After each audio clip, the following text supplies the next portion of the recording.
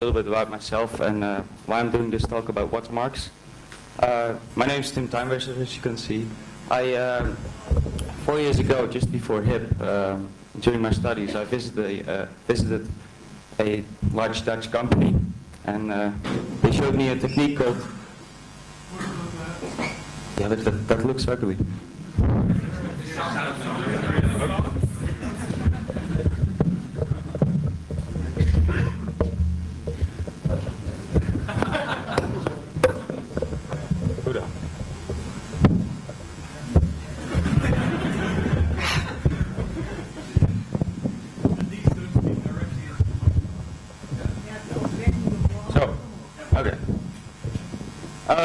So 4 years ago, I went to this company. They showed me the technique called digital watermarks, and it was very interesting. And I decided to research the security of that system.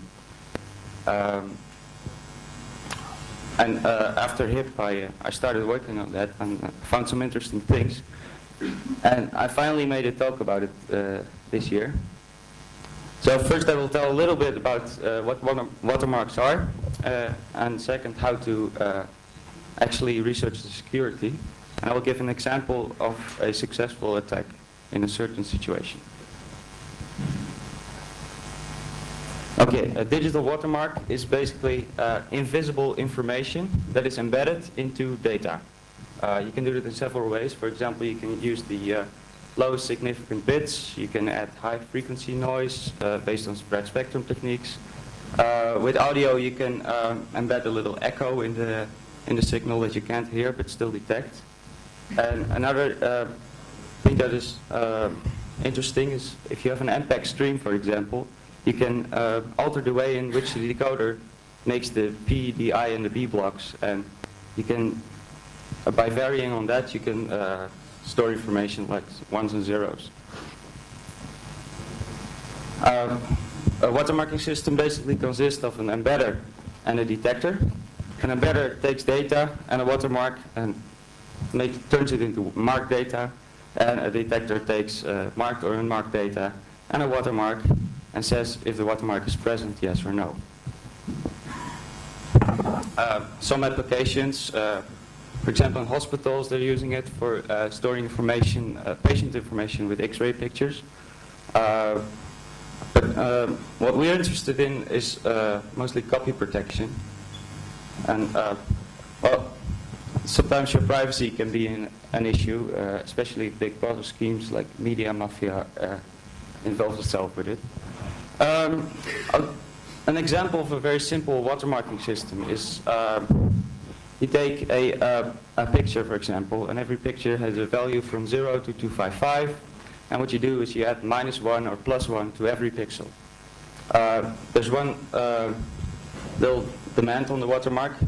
The numbers of -1s and the numbers of +1s should be the same. So its sum should be around 0. And to detect it, you simply multiply the image with the watermark. And I'll give you a little demonstration.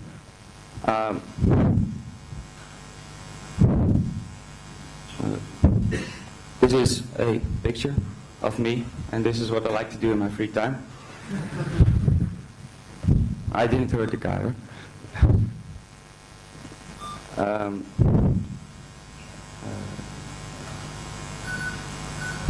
This is the same picture, but with a watermark. And to compare, this is the original again. Well, you can't see a difference, of course.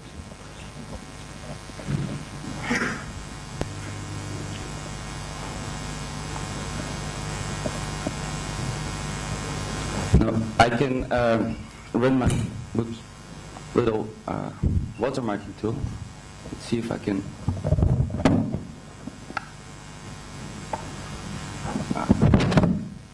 That's better. I can detect the presence of my watermark. It's called N1. And I can see if that is present in the picture without the watermark. And as you can see, its detection is close to 0%. Now if I do the same thing the marked picture,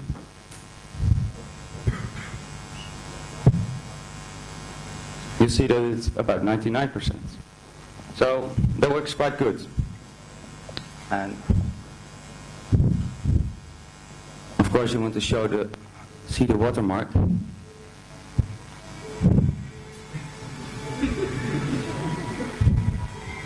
dramatization. Thanks for the sound effect.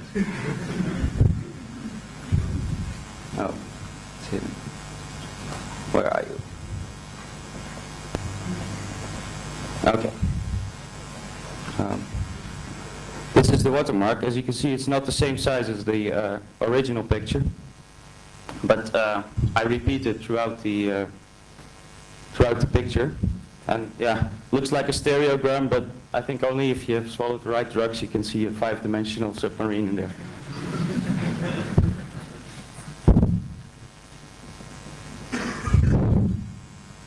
Okay. Now, to test the security of the system, one of the first things you need to do is to look at the environment in which it's used. And for watermarks and copy protection, there's basically two approaches.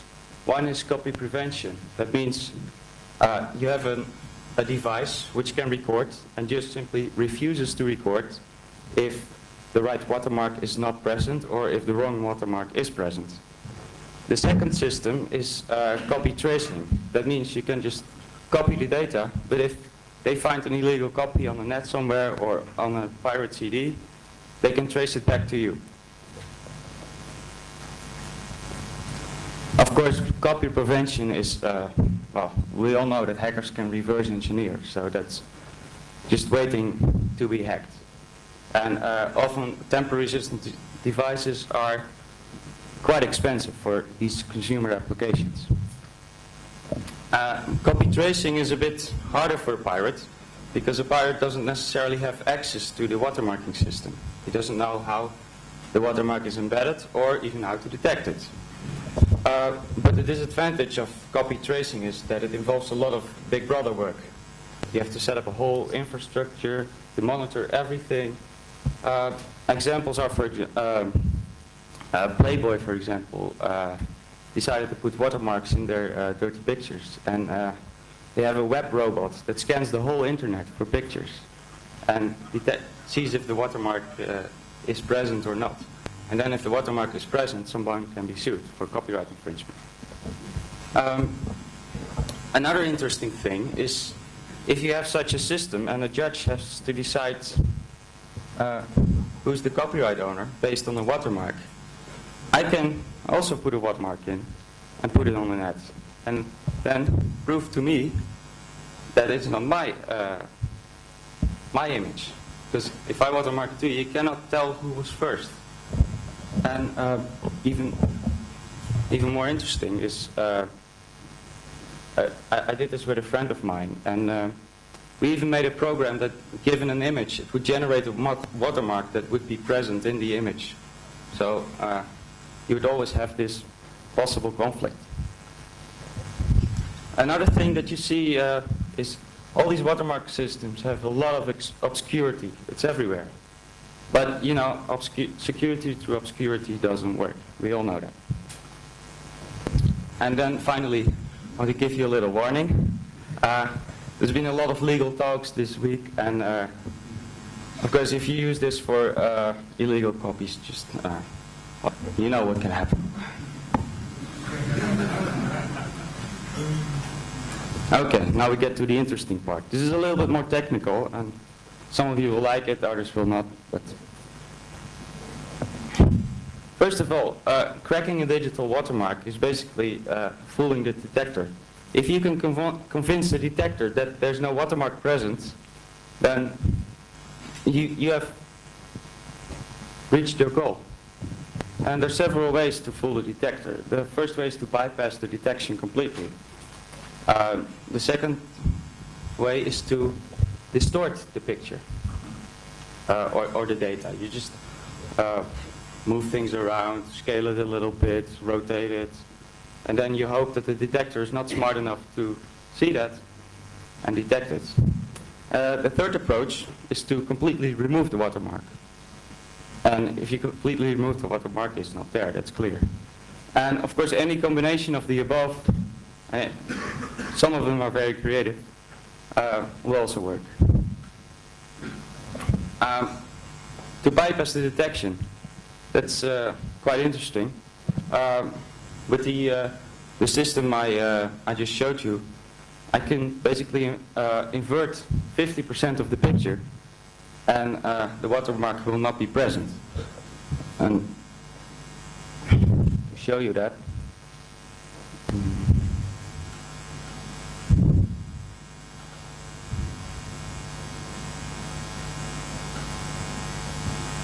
I did it here. This is half inverted.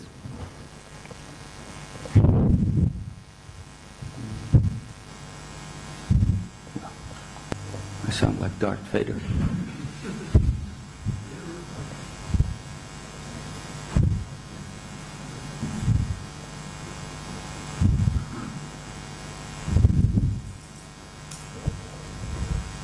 As you can see, it's 0%, so basically it's gone. Of course, you don't want to watch inverted video, but what you could do is you can build a simple analog circuit to correct this, and you can even hook that between your DVD player and your TV, and well, you don't even need to modify your DVD player. So, but sometimes you have to modify it a little bit. But you don't even have to know the watermarking algorithms in some cases. The other thing is you can distort some of the data, and you can compress, filter, add noise, etc., etc.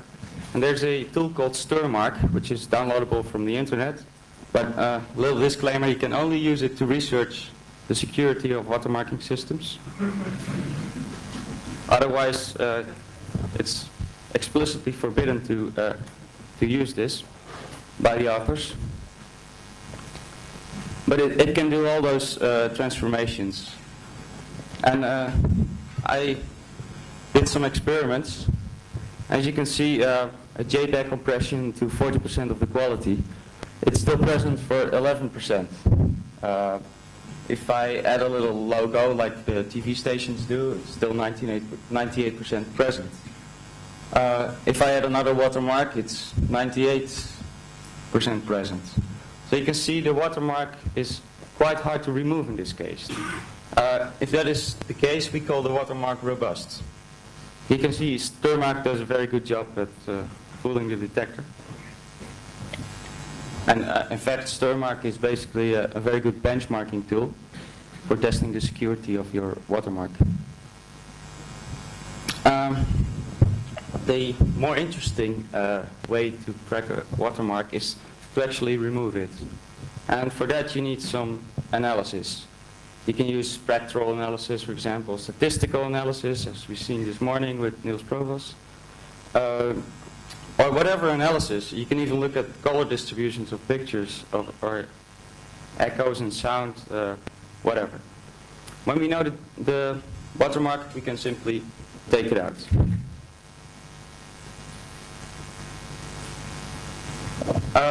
And of course you can use a combination. If you first use analysis to get at least part of the watermark, you may be able to destroy the rest of the watermark with a distortion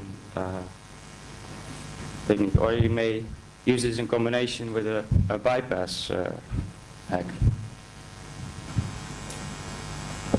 I want to look at a special case is when you repeat the watermark. With this, I will show it with the example system. I will just tile the watermark over the picture, and that means the watermark is in there quite a few times, and that redundancy can be exploited. And then you're asking, why are you using small watermarks then? Because it's practical.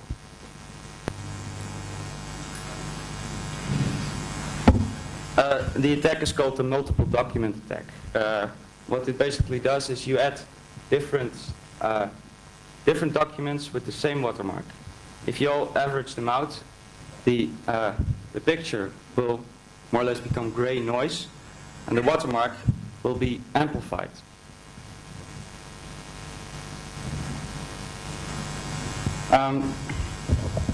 With a type watermark, we basically have multiple images. We can chop up the picture into small images, well, and then we have, I don't know how many images.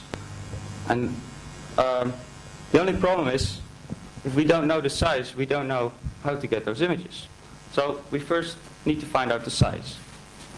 Statistics comes to the rescue here. There's a method called autocorrelation that can detect whether a signal in a picture is more or less the same in one place and in another place. But first, we don't look at the picture directly, but we look at the differences between pixels. This is based on the fact that in a picture, quite often, one pixel and its neighbor are about the same color. So if we look at the differences, we can, with a watermark, there's clearly a difference. But with a normal picture, the difference may be 0. And we can exploit the 4 directions of differences. And if we look at that, and an unmarked picture, and we make a histogram of the differences, you see there's a lot of differences. There are 0, and it's a nice distribution as you would expect from statistics. Now we look at the watermark thing. You see that the differences at 0 are a lot less, and the differences at -1 and +1, -2 and +2 are a lot higher.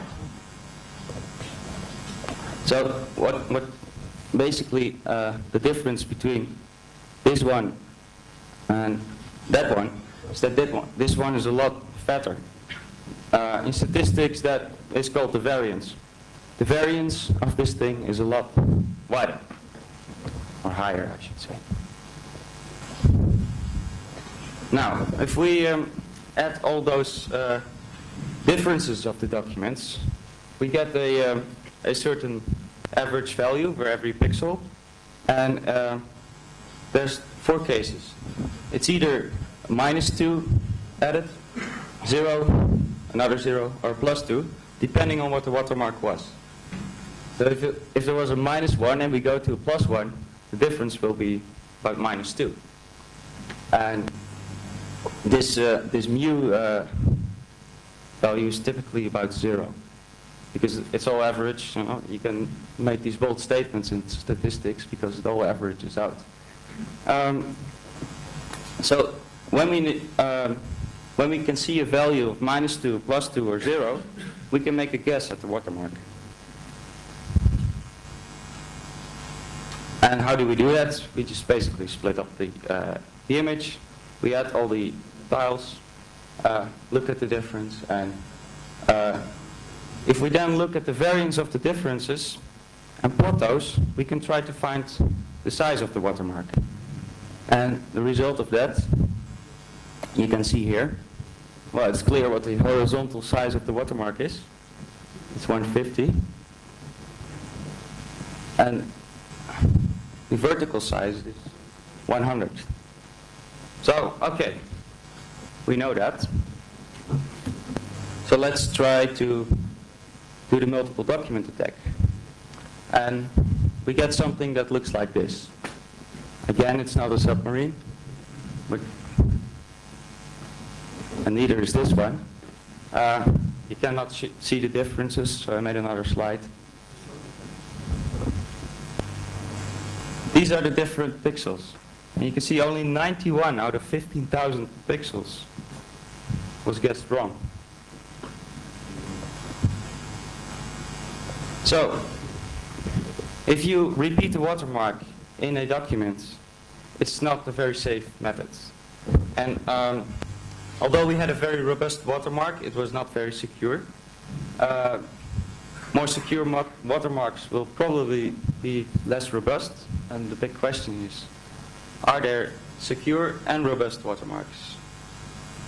And, well, only time will give us that answer. So, I'm done, just in time. Any questions? Yeah? The watermarks that are currently in pictures are constant ones, right? Yes. Why has that table watermark? Yeah, basically any company can choose its own watermark, and there's a lot of variations on the algorithms. I don't know if there's ever going to be a standard on this, but I can imagine you use something like public key cryptography, or you just use MD5 to generate. yeah, that's an interesting challenge. Indeed, watermark researchers are looking for solutions that are like public key cryptography, like a public key watermark, but no one's ever found it yet. One-way functions, yes indeed, probably. If you can do it, you can become a very rich man.